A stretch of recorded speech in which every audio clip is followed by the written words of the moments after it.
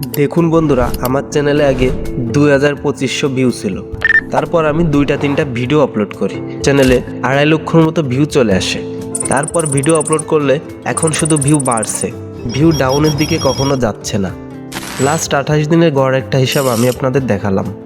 আমি আগে video upload করলে ভিউ পেতাম না, 10টা 15টা 50 100 উপরে গেলে 1000 ভিউ আমার ভিডিওতে আসতো। এখন আমি ভিডিও আপলোড করলে 30,000 40,000 এরকম ভিউ চলে আসে। তো আগে ভিউ আসতো না, এখন ভিউ আসে। কি কারণে আসে? আমি 3টা টিপস ব্যবহার করি। দেখুন বন্ধুরা, এই ভিডিওটা দেখার আগে হয়তো অনেক ভিডিও দেখে আসছেন ইউটিউবে, নতুন করে নিজের থেকে ব্যবহার করছি। তারপর কিন্তু আমার ভিডিওতে ভালো পরিমাণে ভিউ চলে আসছে এখন। তো বেশি কথা না বাড়াই 3টা টিপস কি ওটা নিয়ে আলোচনা করব। ভিডিওটা মনোযোগ দিয়ে দেখুন। আর এই টেকনোলজি চ্যানেলটা এখনও সাবস্ক্রাইব করেননি যারা, অবশ্যই সাবস্ক্রাইব করবেন, বিশেষ করে নতুনরা, যেন তাদের ইউটিউব যাত্রা অনেক সহজ হয়। যাই হোক, টিপস নাম্বার 1, এইটা হচ্ছে শর্ট ভিডিওতে থাম্বনেল ব্যবহার করা। আমার এই শর্ট ভিডিওটা দেখতে পাচ্ছেন, এখানে আমি কত সুন্দর একটা থাম্বনেল দিছি। তো এইটা আমরা কিভাবে ব্যবহার করব?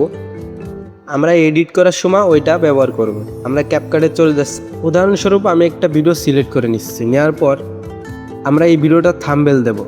তো আমাদের ভিডিওর কোন অংশ ভালো হয়েছে সব থেকে, এই যে এই অংশটা ধরেন, এই যে জ্যাম দেশে এই ভিডিওটা আমরা এখানে থাম্বনেল ব্যবহার করব। আমরা এরকম দিতে পারি, নিচে এসে যে স্টিকারে ক্লিক করে, এটা এডিট করার সময় করতে হবে। নিচে স্টিকারে ক্লিক করে আমরা এখান থেকে একটা মার্ক দিয়ে দেব। এই যে মার্কটা দিয়ে এরকম দিয়ে দেব। আশা করি থাম্বনেলের বিষয়ে বুঝতে পারলেন। আমি থাম্বনেলটা কেন বললাম, শর্ট ভিডিওতে সব থেকে বেশি ভিউ আসে কিন্তু শর্ট ফিড থেকে। তো আপনাদের থাম্বনেলটা যদি ভালো হয়, শর্ট ফিডে যেই দেখবে সেই ক্লিক করবে, বেশি বেশি ক্লিক আসবে। তো আমি একটা ভিডিও দেখাই আপনাদের। আমি এই ভিডিওটা দেখাই, দেখুন আমার এই ভিডিওটায় কিন্তু ওরকম মার্ক করে একটা থাম্বনেল দেওয়া আছে। তো এই ভিডিওটা আমার কোন জায়গা থেকে বেশি ভিউ আসছে আমি দেখাচ্ছি। এখানে যাব, এই জায়গা দেখুন আমার শর্ট ফিড থেকে আমার সব থেকে বেশি ভিউ এসেছে। তো এই থাম্বনেলের বিষয়টা বুঝতে পারলেন প্রথম ধাপ।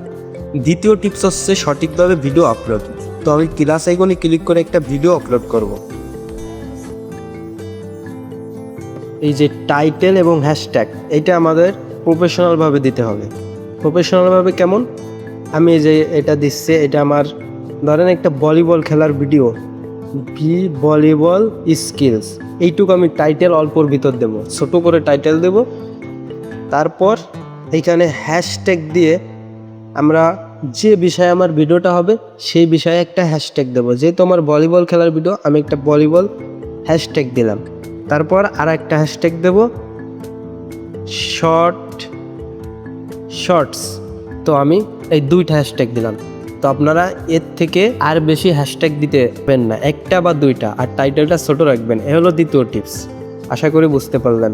টিপস নাম্বার 3, আমি 3 নম্বরে যে টিপসটা ব্যবহার করি সেটা হচ্ছে ইউটিউব স্টুডিও থেকে ভিডিও পাবলিক করি। তো আপনারা এখানে কি করবেন, ভিডিও আপলোড করার সময় আনলিস্টেড রেখে আপলোড করে দিবেন। আপলোড করে দেওয়ার পর আপনারা ইউটিউব স্টুডিওতে চলে যাবেন। এই যে অ্যাপটা, ইউটিউব স্টুডিওতে যাওয়ার পর আপনারা যে ভিডিওটা আপলোড করেছেন ওই ভিডিওটা আনলিস্টেড রেখে ভিডিওর উপরে যেয়ে এখানে যাবেন, পেন্সিল আইকনে যে আপনারা এই যে এইখানে যে এটা পাবলিক করবেন। এই যে আমার পাবলিক আছে, আপনাদের আনলিস্টেড থাকবে আপলোড করার সময়। তারপর এটা পাবলিক করে ব্যাক এসে উপরে সেভ অপশানে ক্লিক করে দিবেন। তো এই তো, কোনো ডেসক্রিপশন কিছুই অত দেওয়া লাগে না। শর্ট ভিডিওতে শর্ট ফিড থেকে ভিউ আসে। আমি আবারও বলছি, আপনারা টাইটেল, হ্যাশট্যাগ এবং ওই সুন্দর থাম্বনেল এবং শর্ট ফিড থেকে ভিডিও পাবলিক করবেন। তো এই ছিল আজকের ভিডিও, সিম্পল বিষয়। ভিডিও যদি ভালো লাগে একটা লাইক করবেন এবং নতুন নতুন ভিডিও পেতে চ্যানেলের সাথেই থাকবেন। সবাই ভালো থাকবেন, সুস্থ থাকবেন। বিদায় নিচ্ছি আমি, আশরাফুল।